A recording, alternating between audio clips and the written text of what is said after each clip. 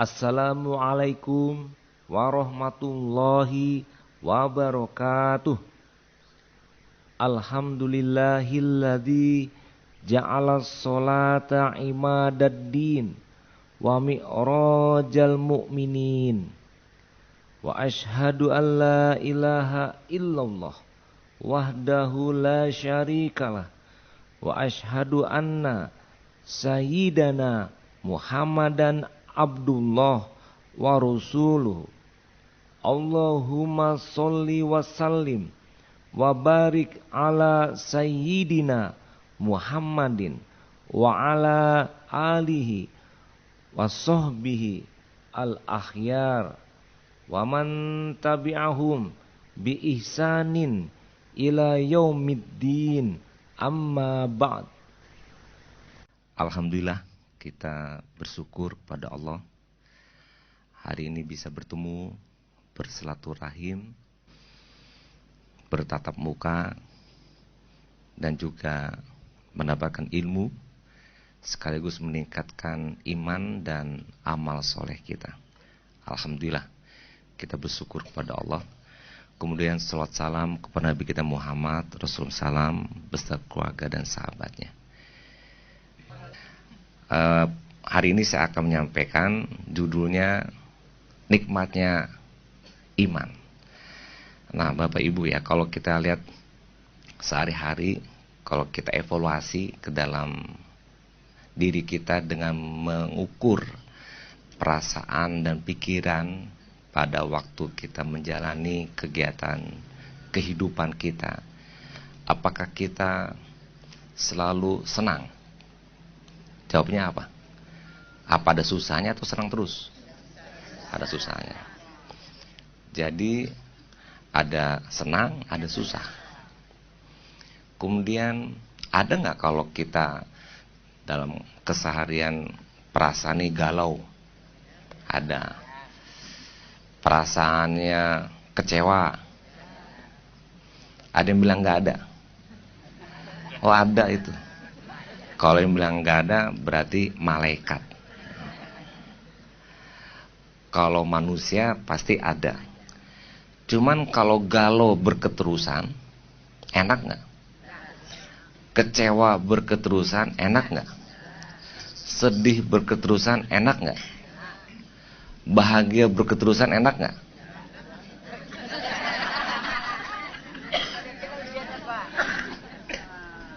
Jadi sebetulnya itulah tanda-tanda kehidupan. Dan itulah namanya manusia. Kita bukan malaikat dan juga bukan kumpulan malaikat. Kita ini manusia. Jadi kalau manusia itu bahasa Arabnya al-insan.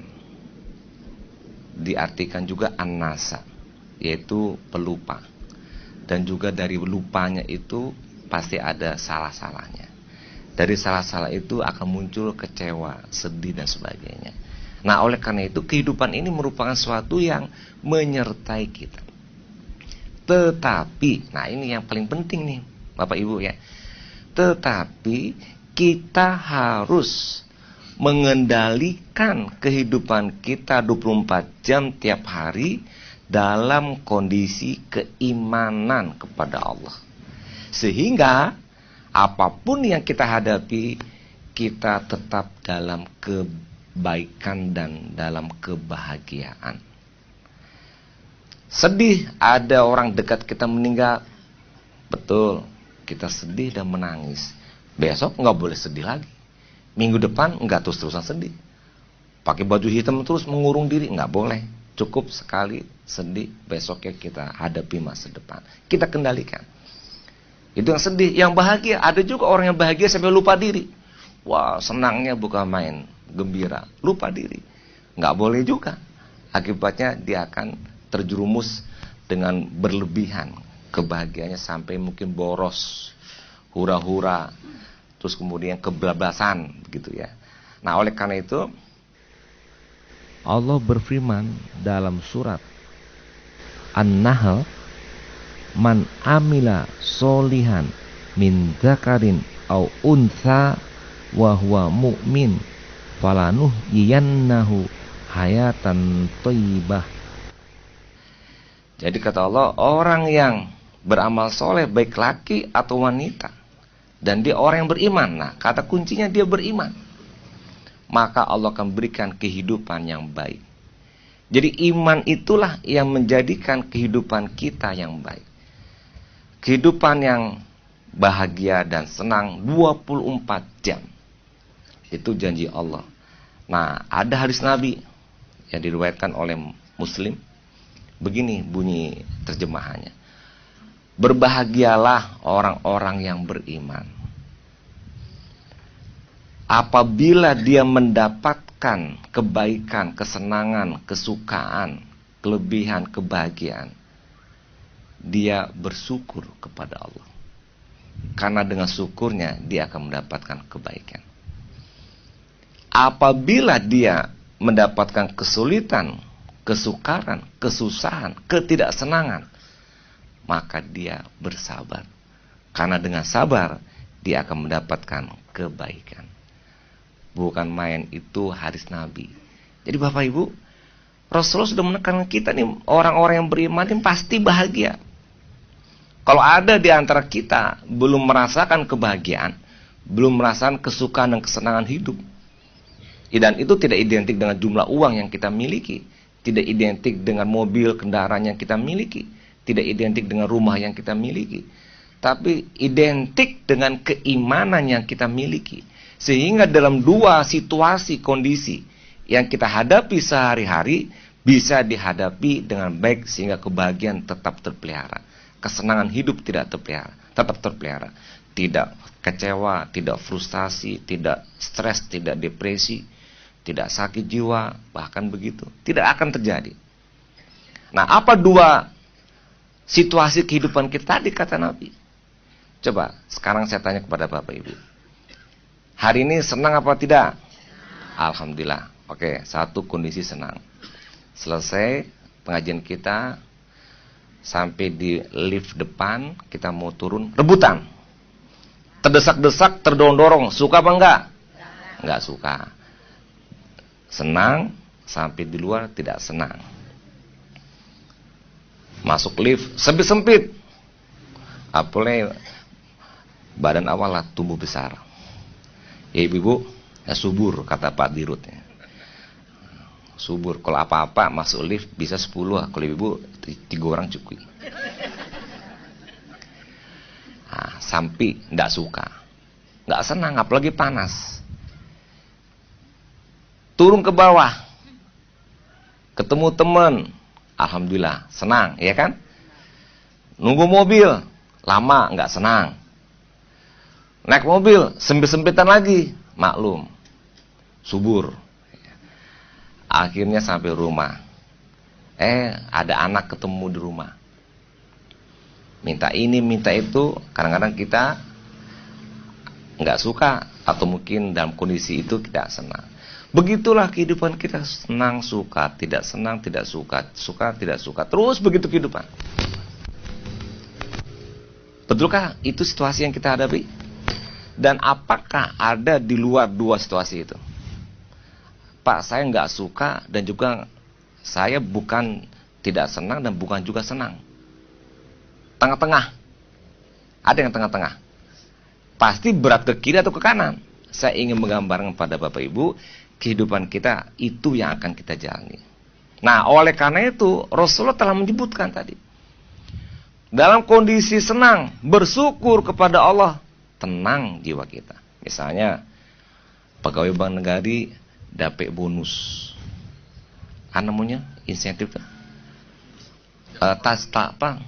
tancim. Senang nggak Bapak Ibu? Kok nggak dijawab? Yang nggak jawab tandanya tidak bersyukur. Senangkah Bapak Ibu? Enggak, kan tanyanya ke pegawai bank negari. Ibu-ibu majelis taklim, akabah, alhamdulillah. Senang apa nggak senang?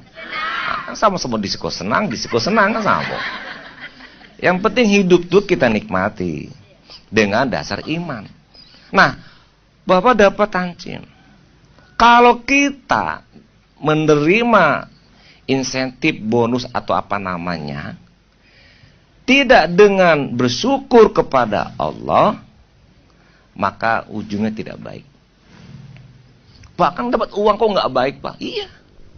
Apa contohnya? Dapat uang, mohon maaf, beli ini, beli itu, pergi sana, pergi sini. Karena dengan tidak rasa syukur kepada Allah, uang yang kita terima habis begitu saja, sia-sia, terbuang begitu saja. Walaupun kita pakai untuk makan-makan, kita malah jadi sakit. Kita pakai untuk jalan-jalan, malah bentrok sama suami istri ketika jalan-jalan. Padahal dia mau pergi senang-senang. Karena uangnya itu membuat dia seperti itu, karena tidak dilandasi dengan syukur. Atau direksinya, akan diaden tuh mah. Untung nggak ada kok. Coba kalau nggak diaden, kato Pak dirut, tapi nggak kejadian, nggak. Atau kata Pak direksi atau siapa. Itu karena nggak bersyukur. Kalau bersyukur kan kata-kata yang kita ucapkan apa, Bapak Ibu? Alhamdulillah. Apa arti alhamdulillah? Segala puja-puji hanya. Jadi kita ingin menyadarkan kondisi kita ketika dalam suatu kebahagiaan untuk on the track di jalan yang benar, tetap di jalan Allah dengan cara mengembalikan kepada Allah. Oh, dapat untung gadang, dapat insentif karena Allah. Allah yang menghendaki. Allah yang memberikan rezeki. Allah khalaqakum summa razaqakum summa yumitukum summa yuhyikum. Allah yang kasih rezeki. Wa ma tasyauna illa Allah, dialah Allah yang menghendaki apa yang ada pada kita. Jadi kita nggak jadi sombong, kita nggak jadi angkuh, kita tidak menjadi orang yang tidak diridhoi oleh Allah karena kita bersyukur sehingga Allah berikan keberkahan. Uang yang kita terima keberkahan, berkah. Mana yang kita inginkan? Pitih nggak banyak, tapi taraso. Dibandingkan pitih banyak, indak taraso. Ama yang diambil. Hah? Yang pertama, kelambu inginnya piti banyak taraso. Malu piti skete namua. Piti banyak taraso. Tapi rugilah bagi orang piti banyak indah taraso. Aduh Bapak Ibu, kawan-kawan Ambo dulu waktu di Jakarta banyak kayu-kayu pitinya banyak. Tapi tidak teraso. Kurang sih. Nyocari tari pitih. Gak sejuta, 2 juta nyocari tari. Padahal pitih miliaran. Kurang tari. Aguno awak idi. Pitih ado teraso kurang. Aguno nyawa idi. Pitih banyak teraso kurang. Dan itu banyak Bapak Ibu.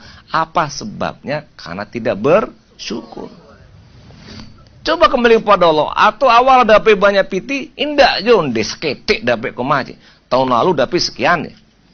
Tidak boleh syukur. Ketika diungkapkan begitu, maka Allah lepaskan keberkahan dari rezeki yang kita peroleh. Karena kita mengingkari, tidak berterima kasih, tidak bersyukur kepada Allah yang memberi. Coba kita bayangkan dengan ucapan alhamdulillah, walaupun sakete, cali orang di sana itu, keraju sin tidak dapet. Keraju adu tapi piti pas-pasan.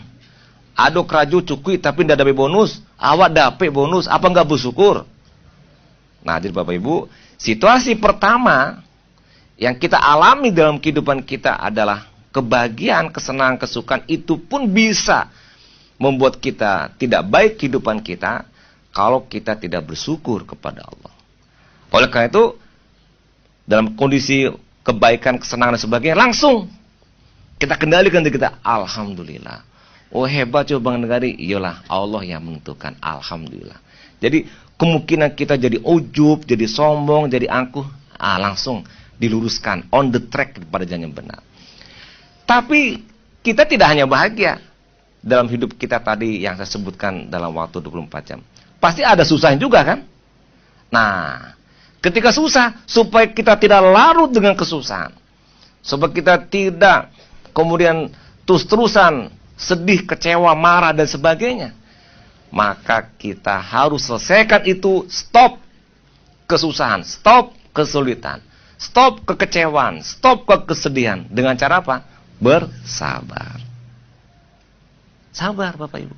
Sehingga dalam kondisi sabar, kita bisa kembali kepada on the track. Jadi kalau misalnya begini, standar kita Bapak Ibu ya, begini, keimanan yang Allah berikan keberkahan dan kenikmatan dan kelezatan itu, satu hari itu kita tetap optimis.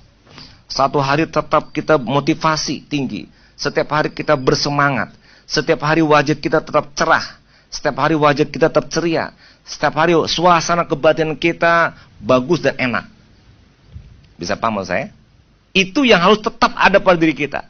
Ketika menyimpang sedikit, sedih, langsung bersabar, balik lagi. Ketika bergembira berlebihan, membuat kita kebablasan dan menyimpang, bersyukur, balik lagi. Begitulah terus. Nah, kalau di antara Bapak Ibu bekerja, mungkin Pak Dirut bisa lihat wajahnya pegawai kita. Kalau misalnya cemburut, nah ini pasti ada masalah. Dan kadang-kadang masalahnya dipelihara. Misalnya, saya nggak suka dengan Pak Amrel. Misalnya, nggak suka dengan Pak Amrel. Saya pelihara terus. Ngelihat orang berkumis, ingat Pak Amrel, marah saya. Ngelihat orang yang badan agak gede dikit, ngelihat Pak Amrel, marah saya. Apa senang saya begitu? Apakah saya bahagia begitu? Kan susah. Tapi terus saya pelihara begitu. Dipelihara dalam memori saya. Padahal coba kalau begini, saya nggak suka dengan Pak Amrel. Pak Amrel sudah minta maaf. Atau saya udah maafkan. Udah, dalam memori saya udah saya delete. Ketemu orang yang berkumis, ketemu dengan Pak Amrel, bahagia saja. Udah lupa. Tetap bahagia. Kondisi kita on the track, jalan terus. Kita dikesali orang, kita dikecewakan orang. Ya namanya kehidupan, biasa. Apalagi saya sebagai gubernur, sebagai politisi, wah macam-macam orangnya, biarin aja. Yang penting kita on the track. Jalan yang benar. Kemudian kita maafkan, selesai. Daripada kita mikirin sesuatu yang gak ada manfaatnya, mikirin sesuatu yang gak ada ujung pangkalnya, mikirin sesuatu yang malah membuat kita terpelihara ketidakbaikan pada diri kita. Udah, sabar. Nah, sabar tuh babnya. Ya, sabar. Dengan kesabaran itu kita kembalikan kepada Allah supaya kita tetap on the track, sehingga tetap kita mendapatkan rasa kenikmatan dengan kita beriman kepada Allah. Nah, oleh karena itu, marilah Bapak Ibu, karena sabar dan syukur tadi ada dua kondisi yang memang Rasul sebutkan untuk tetap kita mendapatkan kebahagiaan. Dengan cara apa? Kita beriman dan beramal soleh. Jadi tingkatkan iman kita. Dalam hadis yang lain disebutkan, iman itu adalah raditu billahi robba wabil islami dina wabi muhammadin nabi wa rasulah. Jadi ridho Allah sebagai Rob, Tuhan kita, dan juga ridho agama Islam sebagai agama kita, dan ridho Muhammad Rasulullah SAW sebagai nabi kita. Dan kemudian juga dalam hadis yang lain disebutkan, orang yang beriman yang mendapatkan kenikmatan, dia mencintai Allah dan Rasulnya lebih daripada mencintai yang lainnya. Dan kalaupun dia mencintai seseorang, itu pun dengan dasar landasan mencintai Allah. Dan kalau dia membenci pun karena Allah juga, karena kemungkaran yang tidak kita sukai. Oleh karena itu Bapak Ibu yang saya hormati, marilah kita bersama-sama meningkatkan keimanan kita kepada Allah dan terus mengamalkannya dalam perbuatan kita sehari-hari. Tidak hanya sholat wajib 5 kali sehari, ditambah dengan sholat sunatnya, ditambah pagi sholat duhanya, malam ditambah dengan sholat malamnya, kemudian dengan sholat-sholat sunat lainnya. Sehingga kita selalu on the track untuk mendapatkan kebahagiaan dunia akhirat. Karena kondisi kita dengan sholat itu dekat pada Allah, maka yang tadi sabar, syukur, sabar itu selalu bisa kita jalani dalam kehidupan sehari-hari. Kemudian baca Quran, juga amal soleh yang terus kita lakukan, sehingga dengan baca Quran hati tenang, itminanul qulub, dengan ketenangan jiwa. Dan kemudian juga kita melakukan kegiatan sosial, infak, sedekah, yang semuanya itu disuruh oleh Allah dan dampaknya adalah untuk kebaikan kita, agar kita terpelihara keimanan kita. Nah, Bapak Ibu yang saya hormati, insya Allah dari yang hadir dan saya juga semua, tidak ada yang berniat hidup kita ini ingin susah.